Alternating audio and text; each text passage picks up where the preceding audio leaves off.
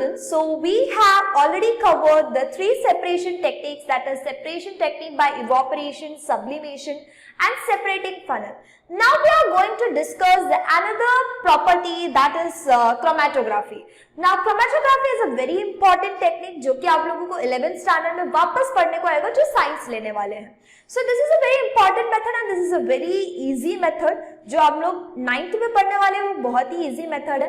Chromatography के अंदर बहुत सारे अलग अलग टाइप के क्रोमेटोग्राफी होते हैं, बट यहाँ पे हम सबसे सिंपलेस्ट टाइप की chromatography, that is paper chromatography के बारे में डिस्कस करने वाले हैं.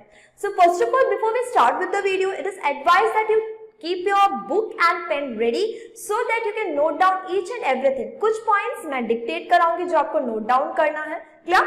Now let us discuss what is chromatography actually. Okay, so you can write down this definition. What is chromatography? That is, chromatography is a technique of separating two or more dissolved solids which are present in a solution in a very small quantities. Simple सी चीज है, अगर मैंने एक ही solvent के अंदर दो solid substances, मतलब मैं कहती हूँ दो सोल्यूट सब्सटेंसेस डिसॉल्व किया. You know what is a solution, that is made up of solvent and a solute. तो मैंने same solvent, suppose let us से इट इज वाटर, तो वाटर के अंदर मैंने क्या किया है, दो डिफरेंट सोल्यूट्स को उसके अंदर डिसॉल्व करवाया. कभी कभी हो सकता है दो से ज्यादा सोल्यूट्स को मैंने पानी में डिसॉल्व किया हो, और ये ऐसा टेक्निक है जिसमें से जो डिसॉल्व सॉलिड्स है उसको हम सेपरेट कर सकते हैं. ओके, मतलब मुझे मिलाने के बाद सेम अपीयर हो रहा है, means the solution that has been formed after dissolving the two solid solutes, the solution appears to be homogeneous और it appears to be similar in color, but there are two different solutes which are different in their properties, so they can be separated by the technique of chromatography. Okay, अब दूसरी चीज क्या है, they are usually present in very small quantities. Okay, now these are some points which has been given in your NCERT book. This process of separation of components of a mixture is known as chromatography. मतलब जिस तरीके से हमने कहा ना, दो solid substances को water के अंदर डिसॉल्व किया है, कोई भी सॉल्वेंट के अंदर डिसॉल्व किया है, उसको सेपरेट करने के लिए. नाउ क्रोमा मतलब क्या है, ये जो क्रोमेटोग्राफी मतलब क्रोमा मतलब कलर होता है. ठीक है, so here you can see chromatography, right. So chroma मतलब एक्चुअली क्या होता है, colour, and in Greek it means color. This technique was first used for the separation of what?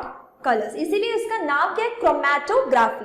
Greek में इसको कलर बोलते हैं, क्रोमा में. So this name was given. Okay. Now this particular technique, okay, ये जो particular technique है ये बहुत ज्यादा यूजफुल है. इसके अंदर पेपर क्रोमेटोग्राफी आता है, गैस क्रोमेटोग्राफी आता है, बहुत सारे डिफरेंट टाइप्स ऑफ क्रोमेटोग्राफीज आते हैं. जैसे पेपर क्रोमेटोग्राफी जो है सबसे सिंपलेस्ट टाइप ऑफ क्रोमेटोग्राफी है, और बहुत सारे टेक्निक्स है जो गैस क्रोमेटोग्राफी जो बहुत इंडस्ट्रियल स्केल के अंदर यूज किया जाता है. So here we are only going to discuss a small chromatography, that is paper chromatography. So by using paper chromatography we can separate two or more different substances present in a same solution. जैसे कि अभी हम लोगों को NCERT के हिसाब से क्या पढ़ना है, that is ink. ठीक है, एक ब्लैक इंक के अंदर मैंने पहले भी आपको बताया था कि इंक जो है कैसे बनता है, एक सॉल्वेंट के अंदर एक डाई को सोल्यूबल करते हैं. तो सिंपल सी चीज है, यहाँ पे भी आप अगर एक इंक जो बना है वो एक से ज्यादा डाई कंपोनेंट से बना होगा, और वो एक ही सॉल्वेंट के अंदर अगर आपने मिक्स किया है, तो मैं क्या कर सकती हूँ, वो जितने भी डाई कंपोनेंट्स है उसको मैं क्या कर सकती हूँ, सेपरेट आउट कर सकती हूँ. So what is the principle behind it. जैसे मैंने आपको कहा कि हर एक सेपरेशन टेक्निक जो होते हैं, हर एक के पीछे एक प्रिंसिपल होता है. जैसे पिछली बार मैंने आपको बताया कि हम लोग सेपरेशन किसके बेसिस पे करते हैं, सेपरेशन इसके बेसिस पे करते हैं कि हर एक जो सब्सटेंस होते हैं उनकी एक यूनिक प्रॉपर्टी होती है. One student is studying very well in mathematics, so I am the one will be very good in science. So there is some characteristic difference between the two. The similar way, obvious बात है, हर एक substance की characteristic property होगी जो हम लोगों को क्या करेगा, सेपरेट आउट करने में आसानी होगी. तो यहाँ पे यू ऑल्सो थिंक कि हम लोगों को पता है कि दोनों ही सॉल्वेंट के अंदर डिसॉल्व हो रहा है, राइट. तो किस प्रॉपर्टी के बेसिस पे हम लोग उसको सेपरेट आउट कर सकते हैं, that is this separation technique is based on the fact that though two or more substances are soluble in the same solvent but their solubilities may be different. Solubility, आपको पता है solubility क्या होता है, that is the amount, maximum amount जो एक solvent के अंदर soluble हो सकता है. तो सिंपल सी चीज है, कि आपको जैसे मैंने कहा दोनों ही क्या हो रहा है, सोल्यूबल हो रहा है सॉल्वेंट के अंदर, तो सेपरेट आउट कैसे करूं? एक जैसे कि मैंने कहा कि एक बीकर लिया है, ठीक है, जिसके अंदर suppose I am saying there is a solvent, okay. अब इस सॉल्वेंट के अंदर मैंने क्या किया, दो डाई कंपोनेंट्स मिक्स किया, okay, so two dye components are there, one is blue and one is green. Now both these components have been made soluble in this solvent, ठीक है, ये दोनों ही एक ही solvent के अंदर dissolve हो गए। पर एक green substance जो मैंने green कलर का जो dye है वो कम soluble है, if it is less soluble, and the blue one is more soluble, मतलब वो इस सॉल्वेंट में क्या होगा, ज्यादा घुल जाएगा, पर यहाँ पे जो ग्रीन कलर का वो कम घुलेगा। So this separation technique is based on what, based on their solubilities, okay, their solubilities are different, दो सब्सटेंसेस की सोल्यूबिलिटीज क्या होगी, डिफरेंट होगी, इसीलिए हम इसको सेपरेट आउट कर सकते हैं। So this principle is very important, note it down the principle clearly, okay. Now, as I said that we are using paper chromatography technique, right, for the separation of what? That is for the separation of the dyes present in the black ink. मैंने जब पहले evaporation technique बताया था जिसके अंदर आप solvent को उड़ा देते थे और डाई जो कंपोनेंट होते हैं वो चाइना आपके उसके अंदर रह जाता था, चाइना डिश के अंदर रह जाता था। But now when you have to separate the dye components, मतलब मेरे जो डाइज हैं वो डिफरेंट डाइज हैं, जैसे कि मुझे ब्लैक इंक बनाना है तो हो सकता है मैंने 2 या 3 डाई एक साथ मिक्स करके उसको ब्लैक इंक बनाया। So always a colour is a mixture of 2 और मोर डाइज, ओके। सो यहाँ पे क्या है, मुझे सॉल्वेंट को सेपरेट आउट नहीं करना है, मुझे किसको सेपरेट आउट करना है, I have to separate the dyes present in it. Suppose मैं कहती हूँ कि यहाँ पे क्या है, 2 से ज्यादा डाइज है, सपोज 2 डाइज, 2 या 3 dye components are present, okay. जब 1, 2 या 2 से ज्यादा डाई कंपोनेंट्स अगर प्रेजेंट है तो मुझे उसको सेपरेट आउट करना है, okay. Now let us see the diagram, okay. अब पेपर क्रोमेटोग्राफी के अंदर क्या होता है, हम लोग जो apparatus यूज करते हैं, it is very simple, okay. Let's see the first, this is a picture that has been given in your NCERT book also.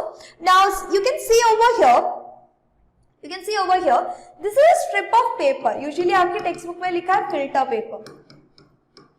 अब मैं आपको एक और चीज बता देती हूँ कि पेपर क्रोमेटोग्राफी के लिए जो पेपर होता है वो बहुत डिफरेंट पेपर होता है जो मार्केट पे अवेलेबल होता है। पेपर क्रोमेटोग्राफी पेपर का एक स्ट्रिप आता है, पेपर स्ट्रिप्स, वो डिफरेंट मटेरियल से बना होता है, यूजुअली फिल्टर पेपर लिखा हुआ मिलता है, but you can even use the paper chromatography paper also you can right, okay. अब क्या करना है, यहाँ पे आप देख सकते हैं कि एक पेपर लिया, this is the strip of paper, okay okay, this is the strip of filter paper, और यहाँ पे एक लाइन ड्रॉन किया है पेंसिल से, यहाँ पे जो इंक है you can see over here there is a dot over here, ठीक है, मतलब मैंने एक paper, I am drawing over here, this is my strip of paper, ठीक है, जिसको मैं पेपर क्रोमेटोग्राफी के अंदर, या फिर आप यूज कर सकते हैं कि इसको ऐसे कहते हैं क्रोमेटोग्राफी पेपर, या फिर कई बुक्स में ऐसे लिखा फिल्टर पेपर। अब इसके अंदर क्या कर रहे हैं, एक पर्टिकुलर सेंटीमीटर पे हमें क्या करना है, एक लाइन ड्रॉ करना है पेंसिल यूज करके। अब इतने सेंटीमीटर की दूरी पे सपोज मेरे पास है ग्रीन कलर का ink, sorry but we are using which colour ink, that is black ink use कर रहे हैं हम लोग, है ना, ब्लैक इंक यूज कर रहे हैं ना, तो हम लोग इसको black ink, so black ink, so I'm placing this black ink over here, okay। अब ये है आपको फिल्टर पेपर के अंदर आपको क्या करना है, स्पॉट ऑफ इंक बताया गया। अब क्या कर रहे हो, आप एक पर्टिकुलर जार ले रहे हो, जार इस तरीके से होता है, ये सारा लेबोरेटरी अपैरेटस है, ये सब लेबोरेटरी में अवेलेबल होता है। ये ग्लास का एक जार होता है जिसके ऊपर ऐसे क्लोज करने के लिए होता है, लिड होता है, ठीक है। अब क्या होता है, अब ये जो पेपर के अंदर, मतलब ये पेपर के अंदर मैंने क्या किया, एक पेपर क्रोमेटोग्राफी पेपर है, उसके अंदर मैंने ब्लैक कलर का इंक प्लेस किया at a particular distance. Then what I have to do is that I am taking some solvent, you can see over here there is some solvent, यहाँ पे मैंने water लिया। Usually कोई भी substance depending upon कौन सा ink को separate करना है, कौन से डाई को सेपरेट करना है इनसे, उसके हिसाब से यहाँ पे जो हम सोल्यूशन लेते हैं वो सॉल्वेंट लेते हैं वो डिफरेंट होता है। जैसे कि यहाँ पे वाटर लिया, ठीक है, ओके। अब मैंने क्या किया, इस पेपर स्ट्रिप को उठा के इस जार के अंदर रखा है, और जार के अंदर रखते समय एक चीज ध्यान रखना है कि पूरा जो जहां पे इंक है ना, जैसे कि यहाँ पे इंक का मार्क है, you can see over here, right, आपको इससे पूरा पेपर को डुबो नहीं देना है। क्या करना है आपको, पेपर का जो एकदम टिप है, दिस पर्टिकुलर पोर्शन, ये जो टिप पोर्शन है, इसको ही सॉल्वेंट के अंदर क्या करना है, डिप करना है, and then what you have to do, इसको ऐसे के ऐसे जार के अंदर without any disturbance you have to close it, okay. अब क्या होगा, यहाँ पे वाटर है, सिर्फ स्ट्रिप के एक छोटा सा पोर्शन, नीचे का पोर्शन जो है वाटर के अंदर डिप्ड है। अब सिंपल चीज है, यहाँ पे मेरा इंक है, मतलब मैंने इंक को पानी के अंदर डुबोया नहीं है, क्योंकि अगर इनको मैंने डुबोया तो ऑब्वियस बात है कि अगर वो वाटर सॉल्युबल होगा तो वो वाटर के अंदर आ जाएगा। So you don't have to be very careful, it should be only touching the lower portion of the paper, filter paper, okay. And ये सब वही है, जार, पेपर क्लिप्स। हाँ, पेपर क्लिप्स इसलिए यूज करते हैं क्योंकि आपका जो क्रोमेटोग्राफी पेपर है वो हिलना नहीं चाहिए, एकदम नॉर्मल रहने के लिए उसको क्या करते हैं, इस तरीके से रखा जाता है, okay fine. Now let us see the one more picture, okay. See, यहाँ पे आप थोड़ा और क्लियरली देख सकते हैं, ठीक है, क्लियरली मतलब यहाँ पे क्या है, उन्होंने अलग अलग इंक के कंपोनेंट्स दिए, जैसे कि ये सॉल्वेंट है आपका, you can see over here, this is solvent, okay.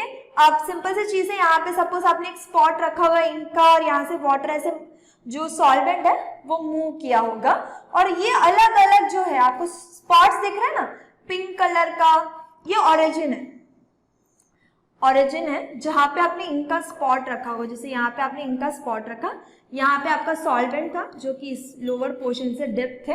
अब वाटर क्या होगा, धीरे धीरे होगा, सिंपल सी चीज है, आप पेपर को पानी में डुबो के रखोगे, पानी थोड़ा थोड़ा करके ऊपर मूवमेंट होगा ना, सिंपल सी चीज है, यहाँ पे भी क्या होगा, मूवमेंट होगा, वाटर इस तरीके से मूव करेंगे, तो ये जब भी वाटर ऊपर की तरफ पेपर को गीला करता जाएगा, तो ये जो भी डाई कंपोनेंट्स है, मतलब ये जो आपका इंक आपने स्पॉट रखा है उसके अंदर बहुत सारे डाई प्रेजेंट है, तो वो तो जो डाई कंपोनेंट्स होते हैं वो सेपरेट आउट करने लगते हैं। Separate out means they starts moving, जैसे कि यहाँ पे रेड कलर का डॉट, मतलब वो एक डाई कंपोनेंट सेपरेट हुआ, ये दूसरा डाई कंपोनेंट, ये तीसरा डाई कंपोनेंट, और इस इतने जगह तक आपका सॉल्वेंट मूव हुआ। I hope it is very clear, it is not that tough, simple चीज है, आपका सॉल्वेंट भी पेपर स्ट्रिप के अंदर मूव होगा, और जहां तक आपका वाटर मूव हो रहा है उसको इन्होंने यहाँ पे सॉल्वेंट फ्रंट का है। सॉल्वेंट फ्रंट मतलब वाटर कितने जगह तक मूवमेंट किया है, ठीक है, तो यहां तक अगर वाटर का मूवमेंट है, ठीक है, पर अलग अलग जगहों पे क्या है, अलग अलग जगहों पे आप स्पॉट्स देख सकते हैं, और वो स्पॉट्स क्या है, अलग अलग डाई कंपोनेंट्स है। अब सिंपल चीज है कि मैम रेड को इधर, पर्पल को इधर, ब्लू इधर क्यों मिला, ये इसीलिए है depending upon their solubilities in water. इनका जो इंक आपने रखा है उसके अंदर, इनके अंदर जो भी कंपोनेंट्स प्रेजेंट है वो इस तरीके से सेपरेट आउट होगा, जब वाटर इस तरह से मूव होगा तो जिसके सॉल्युबिलिटी के हिसाब से क्या होगा, हर एक डाई कंपोनेंट्स सेपरेट आउट होता जाएगा। So here the separation is based on what? It is based on the solubility of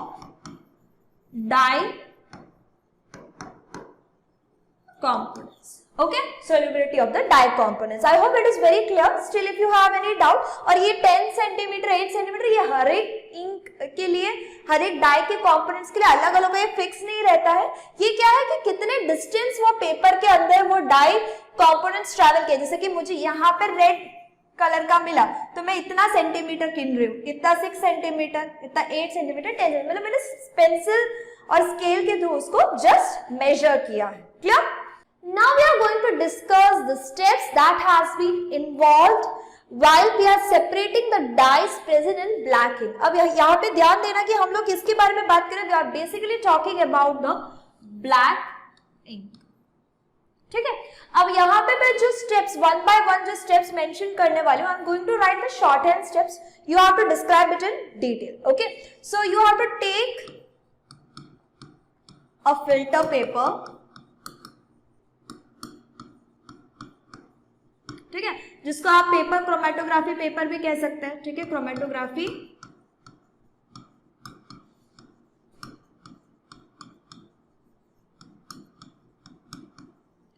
अब आपने फिल्टर पेपर तो ले लिया, उसके बाद आपको क्या करना है, जैसे कि ये मेरा फिल्टर पेपर है, ठीक है। अब यहाँ से आपको क्या करना है, मेजर करना है 3 सेंटीमीटर जितना और यहाँ पे एक लाइन ड्रॉ करनी with the help of a pencil. So you write down after taking a filter paper, you have to mark with the pencil about 3 centimeter, a line in the chromatography paper about 3 centimeter from the lower end of the filter paper. तो मतलब आपने 3 centimetre, ठीक है, से कितना एक line draw किया. Line has to be drawn from the lower end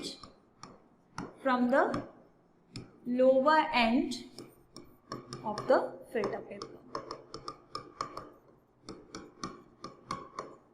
with the help of a pencil. You can write it this with the help of a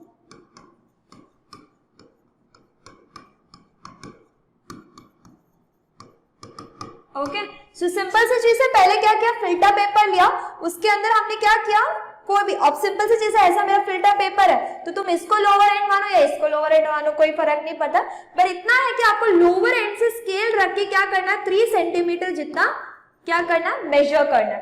first of all you take a filter paper and then mark a line on the filter paper which measures 3 centimeter from the bottom of the filter paper. This line should be written in your notes. So you can pause the video and then write down the particular line which I have dictated. Okay.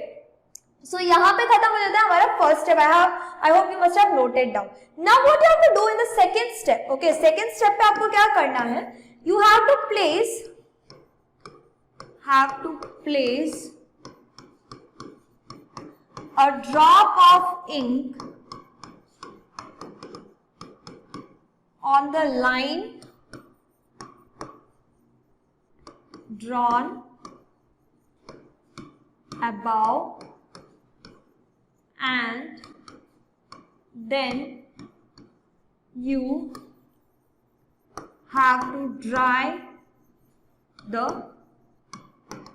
filter paper. Okay, अब simple सी चीज है, मैंने क्या किया, filter paper लिया, उसके अंदर 3 सेंटीमीटर जितना मार्क किया, उसके अंदर मैंने इंक को स्पॉट किया, कितना 3 सेंटीमीटर जितना, फिर मैंने इंक को स्पॉट किया. अब इंक जो है वो लिक्विड फॉर्म में होगा तो वो थोड़ा गीला होगा, तो आपको क्या करना पड़ेगा, you have to dry the filter paper so that the ink gets ink forms a spot. It forms a spot on the filter paper. My handwriting is bad in this particular screen, but you have to write neatly. Okay, fine. Okay, now let us write the third step. What is the third step now? Now in the third step, once you feel that the filter paper with the ink spot has been dried, now you have to, this is the glass jar. Okay, now keep this paper strip has to be kept in the glass jar. Okay, you have to place, so write down the third point, you have to place the filter paper with the ink spot on the filter paper, okay, on vertically on the jar which consists of a particular solvent or suitable solvent. Okay, इसके अंदर क्या होगा, एक suitable solvent होगा. So third step पे हम क्या करें, that filter paper with ink spot, ठीक है, जैसे मैं यहाँ पे ड्रॉ कर लेती हूँ, यहाँ पे मेरा इंक का स्पॉट है, ऑब्वियसली हम लोग यहाँ पे कौन सा इंक यूज कर रहे हैं, ब्लैक इंक. अब इसको क्या करना है, दूसरा पॉइंट इंपॉर्टेंट थर्ड स्टेप पे आपको ये लिखना है कि when you are dipping, okay, when you are dipping the filter paper in the jar, it should be in such a way that it the bottom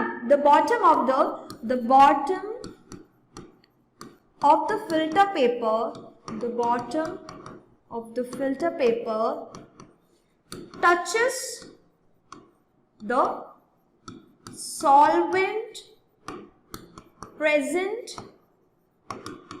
in the jar. This is the third point. The way you are vertically placed and the bottom of the strip will touch the solvent present in the jar. Okay. Now what happens in the fourth step? Fourth step you can mention it as, fourth step में क्या होगा, आपका जो water है वो धीरे धीरे क्या होगा, rise होगा. Now there you have to mention one word, the water, or you can mention that is the solvent. Okay, the solvent rises along the filter paper along the filter paper due to, this is very important, note it down, this is due to what? Capillary action. Due to capillary action. Now this is your homework. Okay, this is a challenging homework to you. मैंने कहा कि water rise हो रहा है filter paper के अंदर due to capillary action. You find out what is capillary action. Challenging question for you that you have to answer me once you watch this video. Okay, let me see how many of you have gone through the videos properly. Fine. So once the water rises along the filter paper, what will happen? It will take, जैसे कि यहाँ पे water vapour, जैसे आपका paper chromatography में यहाँ पे जो इंक प्लेस है, अब वाटर क्या हो रहा है? राइज हो रही है. ठीक है. So what happens? It will take the dye components along with it.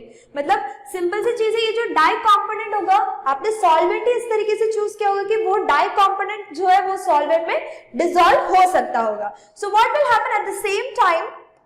You can write down यहाँ पे the dye component, the dye will also move along with the movement of water. Okay, जैसे water movement होगा वैसे वैसे dye के components move होगा. But here very important point that you have to mention here is that here very important that is जो dye, जो आपका die component जो है, the dye component which is more soluble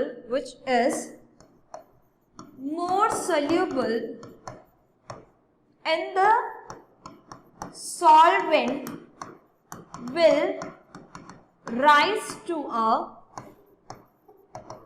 higher position in the filter paper. क्यों filter paper पे higher position पे होगा? क्योंकि आपको पता है इसके अंदर बहुत सारे डाई कंपोनेंट्स है. जैसे कि आपने क्या बोला, ब्लैक इंक की बात करें, सपोज आपके ब्लैक इंक के अंदर actually black ink is component of 3 dye components present होते हैं. कितने? 3 डाई कंपोनेंट्स प्रेजेंट होते हैं. तो आपके फिल्टर पेपर के अंदर आपको कितने स्पॉट्स मिलेंगे? जैसे ये मेरा फिल्टर पेपर है जिसके अंदर मैंने इंक प्लेस किया, तो मुझे 3 स्पॉट्स मिलेंगे, 1 2 3. ठीक है, 3 स्पॉट्स मिले. इसमें से सिंपल सी चीज है कि ये जो स्पॉट है, ये जो स्पॉट जो हायर पोजीशन पे आपके फिल्टर पेपर के अंदर, ये क्या है? This one is having higher solubility in the solvent. ये डाई कंपोनेंट ज्यादा सोल्यूबल है सॉल्वेंट के अंदर, then this is soluble, then this is soluble. तो इस तरीके से जब वो पेपर क्रोमेटोग्राफी में सेपरेट आउट होगा तो उससे हमें पता चलेगा कि हर एक जो डाई कंपोनेंट उसके अंदर प्रेजेंट है उसकी सोल्यूबिलिटी डिफरेंट है. और हम लोग क्या करते हैं, उसकी सोल्यूबिलिटी के साथ आरएफ वैल्यू होता है जिसको अभी हम लोग को पढ़ना नहीं है डिटेल के अंदर. तो कुछ मेजर्ड वैल्यूज होते हैं, मतलब कुछ इंडस्ट्रियली मेजर्ड वैल्यूज होते हैं जिसको हम लोग RF values. This is a higher study, so I am not going to, this will come in your higher study, so I'm not going to explain it details. तो हम अभी question ये arise होता है, मैम हमको पता कैसे चलेगा ये अलग अलग डिस्टेंस पे मूव तो हो गया, अभी पता कैसे चलेगा? तो इसके हर एक के अलग अलग वैल्यू होते हैं, उस वैल्यू के साथ कंपेयर करते हैं और वो वैल्यू के साथ कंपेयर करने से हमको पता चल जाता है हाँ ये जो पर्टिकुलर सेपरेट आउट हुआ है ये पर्टिकुलर डाई कंपोनेंट है. So after you are getting all these spots in the filter paper, then what we will do, we will take out the filter. आपको ऐसा लग गया कि जो वाटर है, अब दूसरी चीज है, जैसे कि मैंने यहाँ पे सॉल्वेंट रखा, ये सॉल्वेंट जो है पूरे फिल्टर पेपर के अंदर मूव करके इसके टॉप तक पहुंच गया. ठीक है, suppose the water has reached to the bottom of top of the filter paper, then what you have to do is that you have to remove the filter paper from the jar. Okay, then you can write it as the step 5. Step 5 में हम लोग क्या करते हैं, remove the filter paper, remove the filter paper from the jar and dry it. फिर क्या करना है आपको, रिमूव करना है फिल्टर पेपर को जार से और उसको पेपर को क्या करना है, ऐसे सुखाने रख देना, क्योंकि ऑब्वियसली उसमें सॉल्वेंट होगा, तो आप क्या करते हो, उसको पेपर क्लिप्स लगा के उसको सुखाने के लिए रखते, तो वो जो स्पॉट्स होते हैं वो भी वहां पे सूख जाते हैं और स्पॉट्स जो एकदम विजिबल हो जाते हैं. So this way we can separate the components of the different dyes which is present in the black ink. Very important point, जैसे मैंने आपको पहले भी बताया कि ब्लैक इंक के अंदर कितने कंपोनेंट्स होते हैं, 3 dye components. Clear? So this is actually a very short topic, but I want you to understand each and everything because in NCERT it has been given in very short, okay? But you should understand actually what processes are going to take place. जब आप notebook पे लिखोगे तो ये बहुत छोटा दिखेगा, but इसके understanding जो है कि किस तरीके से separate हुआ और किस तरीके से आपको ये activity करनी है, that is very important. Clear? Now the next topic and the last portion of this paper chromatography is that what are the applications. जैसे मैंने अभी कहा कि हम लोग डाई के मतलब इनके अंदर जितने भी डाई कंपोनेंट्स है उसको हम सेपरेट आउट कर सकते हैं. उसके अलावा कोई एप्लीकेशंस है? Yes, we can separate the colours in a dye. जो नेचुरल कलर्स होता है, आपको पता है प्लांट्स पे से हम लोग को नेचुरल कलर्स मिलते हैं, तो वो जो pigments from the natural colours, अलग अलग पिगमेंट्स को हम सेपरेट कर सकते हैं.